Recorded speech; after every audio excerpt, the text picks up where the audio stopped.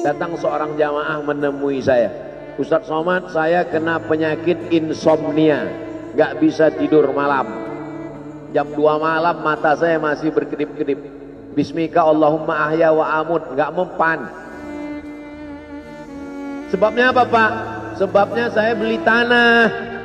Setelah beli tanah, tanam kelapa sawit, dipupuk, dijaga, 3 tahun berbuah. Pas mau dipanen, sudah dipanen orang duluan. Ternyata tanahnya bermasalah, dibawa ke pengadilan, dia yang menang. Akhirnya sampai jam 2 malam gak bisa tidur. Apa yang terlintas dalam pikiran? Kenapa beli tanah, kenapa tanam sawit, kenapa beli tanah, kenapa tanam sawit, kenapa diambil orang, kenapa dulu gak ternak ikan aja, kenapa gak ternak puyuh. Berbulan-bulan gak bisa tidur. Akhirnya pergi ke psikiater. Pak psikiater, ya saya sudah 2 bulan gak tidur-tidur Pak psikiater. Akhirnya Pak psikiater buat resep. Ini obatnya, yang ini dimakan sebelum makan, yang ini dimakan setelah makan, yang ini 3 kali, yang ini 2 kali. Akhirnya memikirkan resep itu, makin gak bisa tidur. Dimakan, tertidur.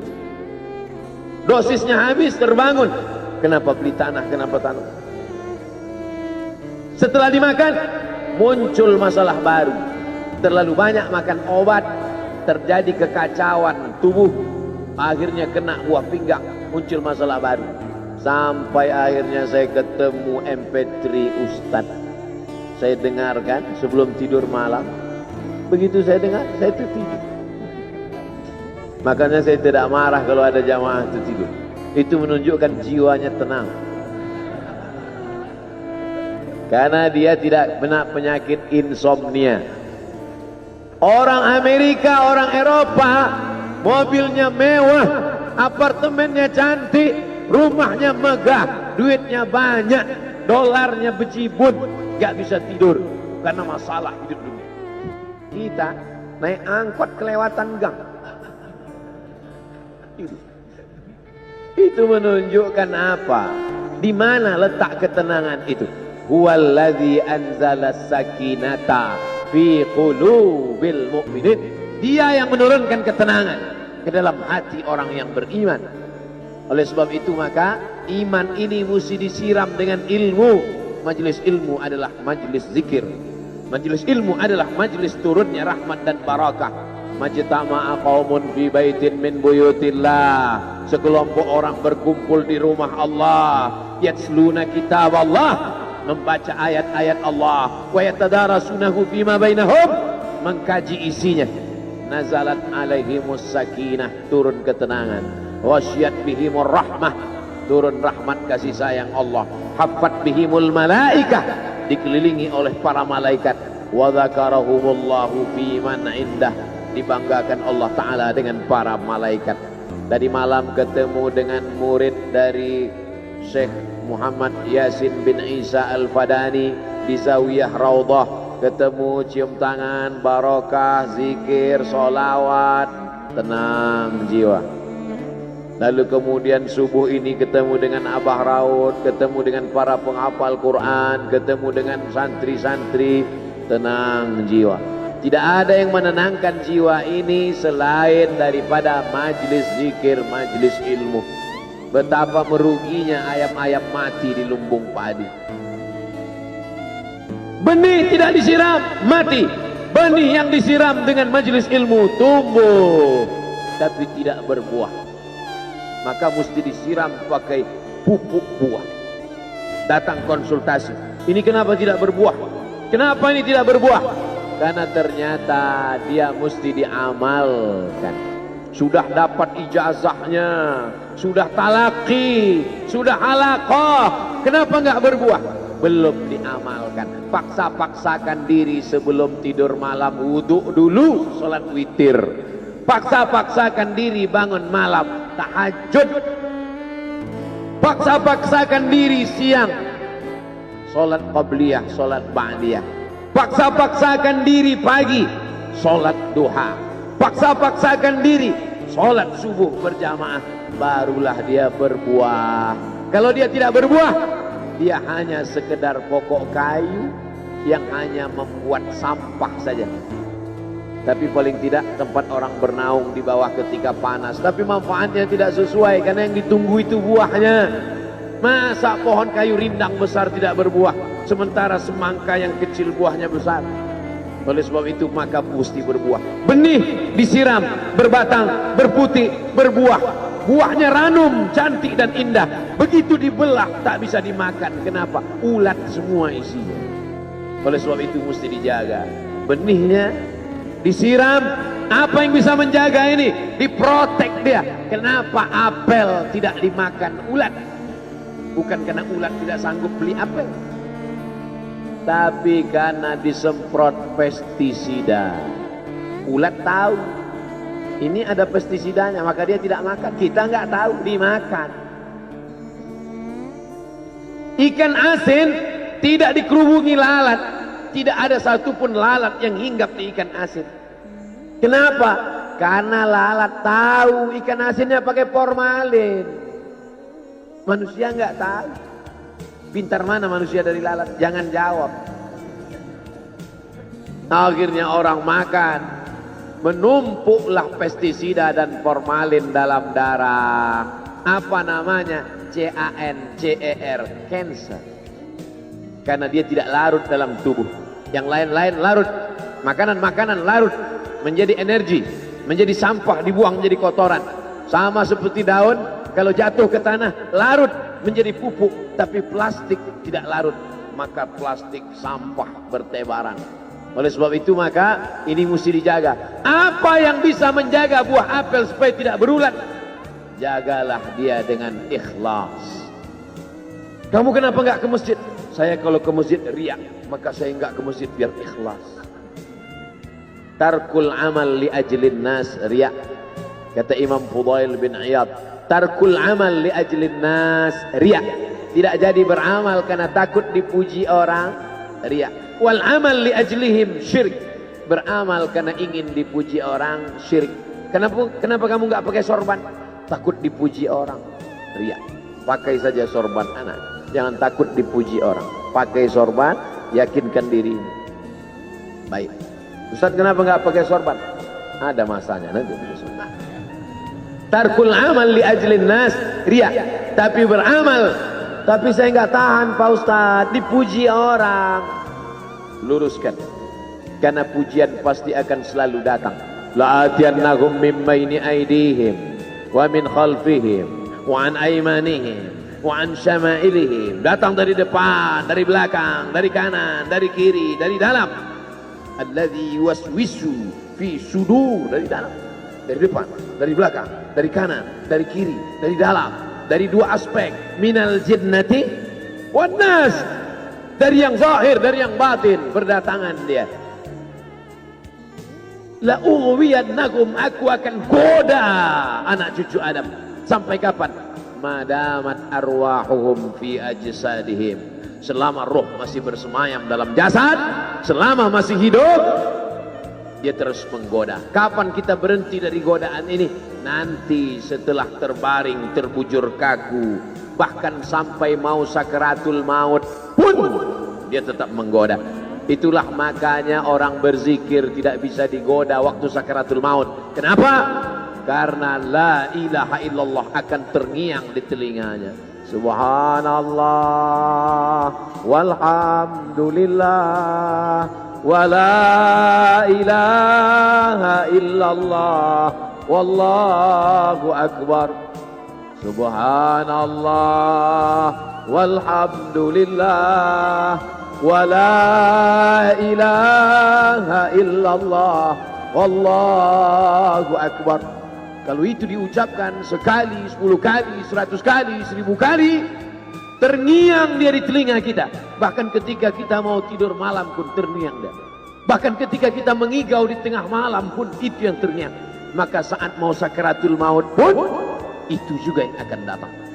Apa yang kau ucapkan, apa yang kau dengar, apa yang kau pikirkan, apa yang kau renungkan, itu yang akan datang waktu sakaratul maut. Seorang bapak sudah diponis dokter, panggil istrinya, panggil anaknya, bawa ini ke rumah,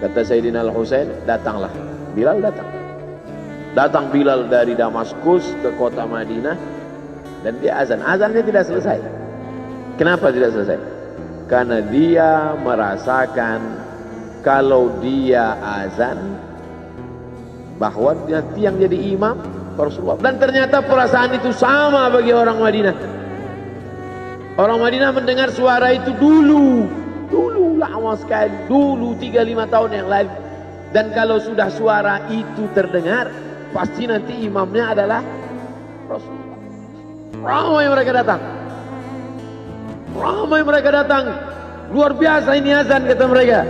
Karena kalau sudah azan ini yang pasti nanti imamnya.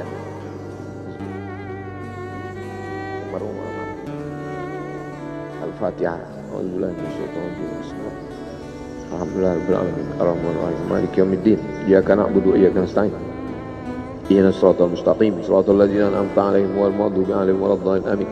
Allahumma ighfir lahu warhamhu wa'afihi wa'fu anhu wa akrim nuzulahu wa wasi' madkhalahu waghsilhu bil ma'i wal thalji wal barad wa naqqihi minal khataaya kama yunqqa ath-thawbul abyadu minad danas wa abdilhu daran khairan min darihi wa ahlan khairan min ahlihi wa qihi min fitnatil qabri wa 'adzabil nar. اللهم لا تحرمنا أجره ولا تفتنا بعده واغفر لنا وله ولإخواننا الذين سبقونا بالإيمان ولا تجعل في قلوبنا غلا للذين آمنوا ربنا إنك رؤوف رحيم. اللهم اجعل أهله وتلامذته وطلابه من الصابرين الذين إذا أصابتهم مصيبة قالوا إنا لله وإنا إليه راجعون.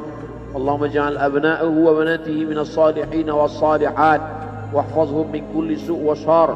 اللهم اجعل هذا المعهد الذكر معهدا عظيما مباركا تخرج منه الطلاب والطالبات من المجاهدين والمجاهدات في سبيلك بأموالهم وأنفسهم. اللهم احفظهم من الظلمات، اللهم أخرجهم من الظلمات إلى النور. اللهم وفقنا لما تحبه وترضاه. اللهم اجعل أبناءنا وبناتنا من حفاظ القرآن والحافظات. اللهم اجعل قبره روضة من رياض الجنان، لا تجعل قبره حفرة من حفر النيران. وصلى الله على سيدنا ومولانا شفيعنا وذخرنا محمد وعلى آله وصحبه وسلم والحمد لله رب العالمين. Kalau sayang dengan almarhum, hidupkan majelisnya, ramaikan, bangkitkan semangat, tunjukkan kepada Allah Subhanahu wa taala bahwa kita cinta. Sab'atun yudhilluhumullah, 7 orang yang dapat naungan yauma la illa dhilluh, hari itu tak ada naungan kecuali naungan Allah. Rajulani, 2 orang, tahabba fillah, berkasih sayang karena Allah, ijtama'a alaih, bersama karena Allah, wa tafarraqa alaih. Saya berharap saya dengan almarhum, saya dengan Abah Raud, saya dengan para sahabat termasuk yang mendapatkan naungan ini. Saya dengan almarhum tak ada hubungan kepentingan, kami tak ada hubungan politik, kami tak ada hubungan ekonomi. Kami murni karena la ilaha illallah Muhammadur Rasulullah. Alaiha nahya, dengan itu kami hidup. Wa alaiha namutu, dengan itu kami mati. Wa biha nub'atsu insyaallah, dengan itu juga nanti kita akan dibangkitkan. Sayang dengan Nabi, hidupkan masjid-masjid. Sayang dengan ulama, hidupkan majelis-majelisnya. Jaga peninggalan-peninggalannya. Lanjutkan perjuangannya. Itu bukti sayang. Sayang bukan di tepi bibir, sayang bukan basa-basi. Oleh sebab itu, kita akan dituntut di hadapan Allah tentang nikmat besar ini. Mudah-mudahan kita lulus ujian dunia, ujian akhirat. Amin ya rabbal alamin. Terima kasih segala perhatian. Mohon maaf segala kesilapan dan kekhilafan. Jangan lupa salat sunat isyraq 2 rakaat. Terima kasih. Wassalamualaikum warahmatullahi wabarakatuh.